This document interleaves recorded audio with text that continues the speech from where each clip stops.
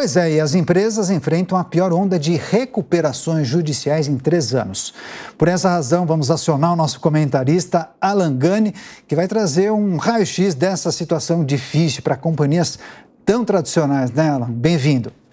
Bom dia, Caniato, bom dia, Paula, bom dia, nossa audiência. Pois é, uma situação bastante difícil que tem tudo a ver com a inflação e que tem tudo a ver com as medidas de restrição colocadas ali durante a pandemia e a taxa de juros a 2%. Durante a pandemia, houve um fechamento do comércio, do fechamento dos serviços. Isso fez com que as empresas ficassem numa situação muito complicada. Para elas conseguirem sobreviver, o que o governo fez? O governo baixou, o Banco Central baixou a taxa de juros a 2%. Também houve por parte do governo a liberação do crédito para que essas empresas conseguissem pagar os seus fornecedores, os seus funcionários. Acontece que no processo de reabertura da economia, você tinha lá uma demanda reprimida, muito dinheiro em circulação. E o que acontece? Há uma explosão da demanda. Essa explosão da demanda, muito acima do que a economia conseguiria absorver, gera inflação.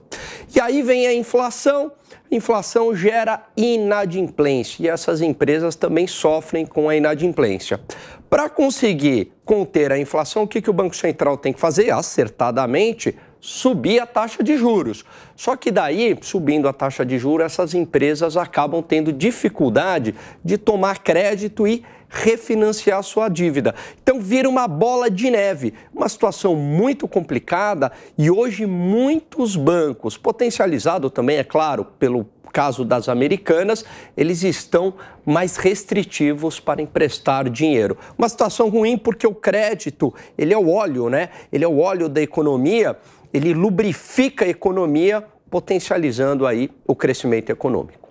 Alan, são muitas empresas que fecharam, a gente sabe que essas empresas elas arcam com impostos extremamente altos. Já trazendo o meu assunto pessoal aqui, eu tenho um pai que tem uma fábrica de tecido há muitos anos, eu sei o que é esses impostos sobre ele e eu quero a sua opinião, a sua avaliação em relação à reforma tributária. Você acredita que essa reforma ela possa atrapalhar ainda mais esses empresários ou, enfim, o inverso? Boa pergunta, Paula. A reforma tributária que está a mais querida do governo, que seria a PEC 45, essa reforma ela prevê uma redução de tributos sobre o consumo na indústria. Porém, por outro lado, prevê um aumento dos tributos em serviços. Então, por um lado, a gente vai ter uma redução da carga tributária naqueles bens industriais. Mas, por outro lado, serviços, E aí, serviços, a gente está falando de transportes, a gente está falando de comércio, alimentação, enfim, telefonia, energia. Tudo isso daí deve encarecer, se passar a PEC 45, que é a PEC aí que o governo mais apoia, Então, tem um efeito que a gente não sabe como é que isso vai prevalecer aí no conjunto, A carga tributária da indústria diminuindo, mas a carga tributária dos serviços aumentando. De qualquer modo, num primeiro momento, a reforma tributária ela não visa a redução de impostos, ela visa uma simplificação tributária. Isto é bastante positivo.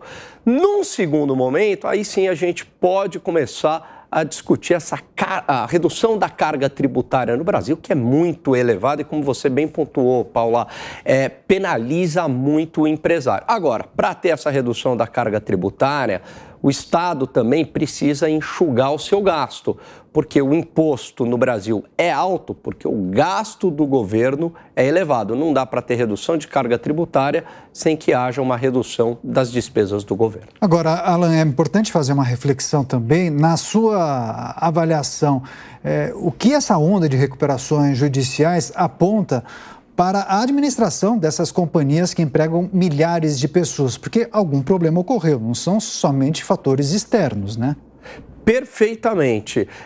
Um dos problemas, e aí esse problema é muito grave, é em relação aos balanços, né? Não dá para você simplesmente maquiar a realidade, como ocorreu no caso das Americanas, e jogar para debaixo do tapete 20 bilhões de reais que não apareceram no balanço. Isso não vai mudar. A conta vai chegar em algum momento. Veja que a empresa já tinha 20 bilhões. E aí isso vem a público. Hoje a empresa tem um endividamento de 40 bilhões de reais. Enfim, é impagável. O que eu acho que essas empresas elas devem agora ficar bastante atentas é em relação a inadimplência, né? Quer dizer, elas serem mais rigorosas quanto aos financiamentos, terem caixa para conseguir sobreviver, né?